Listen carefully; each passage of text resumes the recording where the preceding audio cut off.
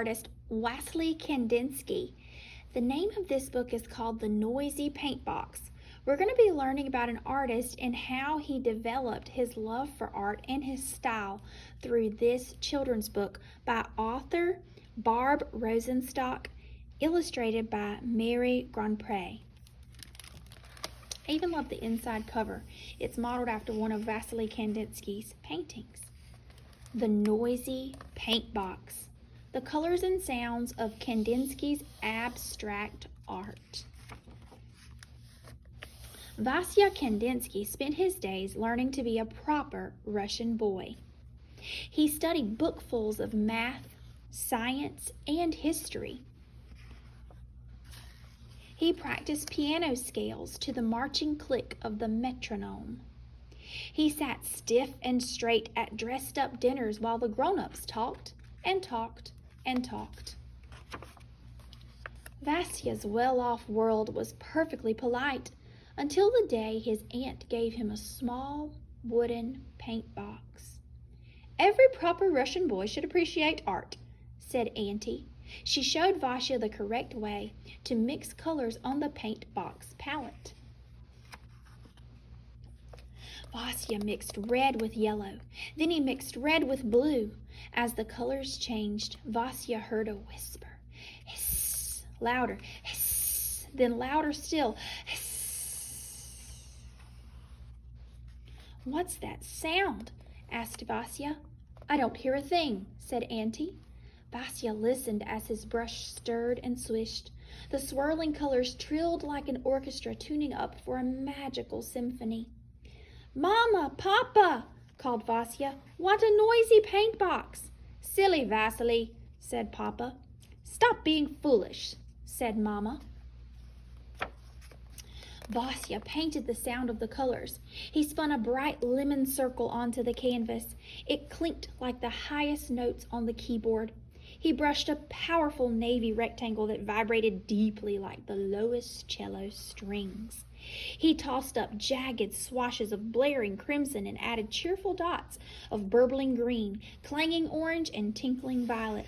Vasya painted and painted until the colors went quiet. "Look what I made!" shouted Vasya. "Is it a house?" asked Auntie. "Is it a flower?" asked Mama. "What is it supposed to be?" asked Papa. "It's music," said Vasya, waltzing his painting around the house. "Calm down," said Mama. "Do some math," said Papa. "Heavens," said Auntie, "this boy needs a proper art class." So Vasya went to art class and learned to draw houses and flowers just like everyone else. As the years passed, Vasya finished school and studied to be a lawyer. He ignored his noisy paint box and lived the way people expected. But Vasya couldn't ignore the sounds of the colors singing to him in the streets of Moscow. The canary-colored mailbox whistling as he rode to work. The scarlet sunset haze ringing above the ancient Kremlin walls. An ivory chorus of snowflakes scattered on the sable collar of his overcoat. One evening, suitably steamed and starched, Vasya attended the opera. As the orchestra's music crashed around him, the colors of the noisy paint box twirled wildly in his mind. Stomping lines of vermilion and coral, caroling triangles in pistachio and garnet, thundering arches of aqua and ebony with shrill points of cobalt and saffron. Those are all color names. Vasya heard the colors singing. Vasya saw the music dancing. And Vasya was never quite as proper again. He quit his job teaching law and moved from Moscow to Munich to be a painter. He studied with this famous teacher and then that one. "Is it a house? Is it a flower? What is it supposed to be?" his teachers asked. Vasya wanted to paint the colors he heard, but maybe the famous teachers knew best. Once again, Vasya put houses and flowers, animals and people into his paintings just like everyone expected. The teachers were happy.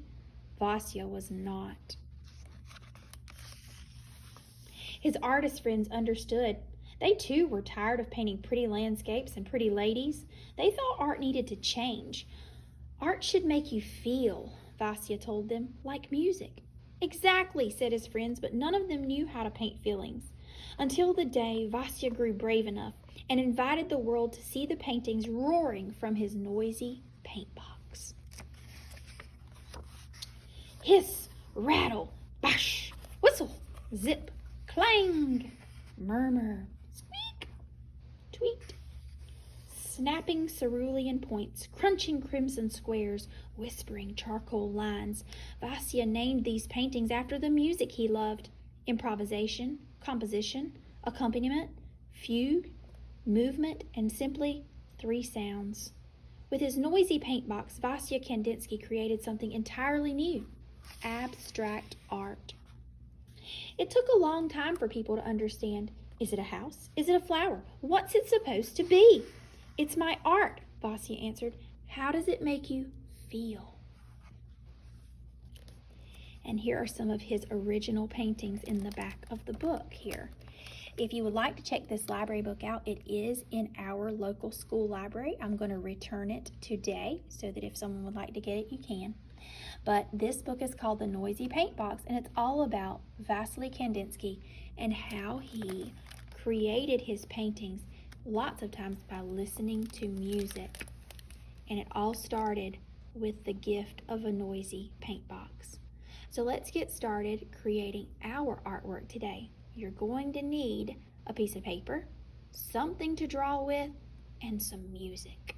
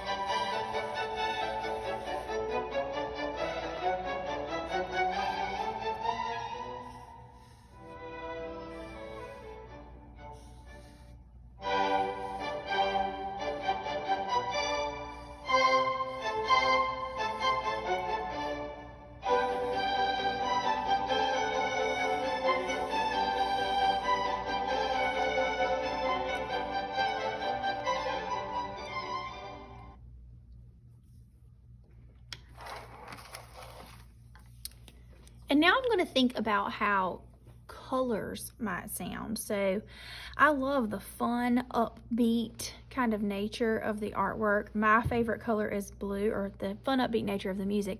My favorite color is blue. So I'm going to fill this artwork with colors that I love. You might want to listen to a classical piece of music that sounds kind of sad and maybe use darker colors. You might listen to a music that sounds very energetic. But if you want to find some music to listen to that's not the same music that I listen to, you can go to YouTube and type in classical music, and all kinds of fancy instrumental pieces like you just heard will pop up. Or you can just rewind the video and use the same music that I just used. So I'm just going to come in here and I'm going to finish adding color to my artwork. Like I said, blue is my favorite color, so I'm using my favorites just because that music sounded happy to me. I did like how it had highs and lows. You could hear some very energetic sounding parts, and then you could hear some kind of drooping parts. The music would go soft, the music would go loud. Not every single line on your paper has to be placed right whenever the music is making that particular sound, but you kind of try to go with the flow and don't overthink it too much. You can use any art materials that you like or that you have. You could even cut shapes and glue them to your paper.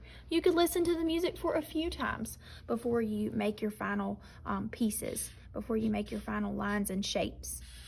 To me, when I see lines like this, that just signals the music going up and down and up and down and up and down.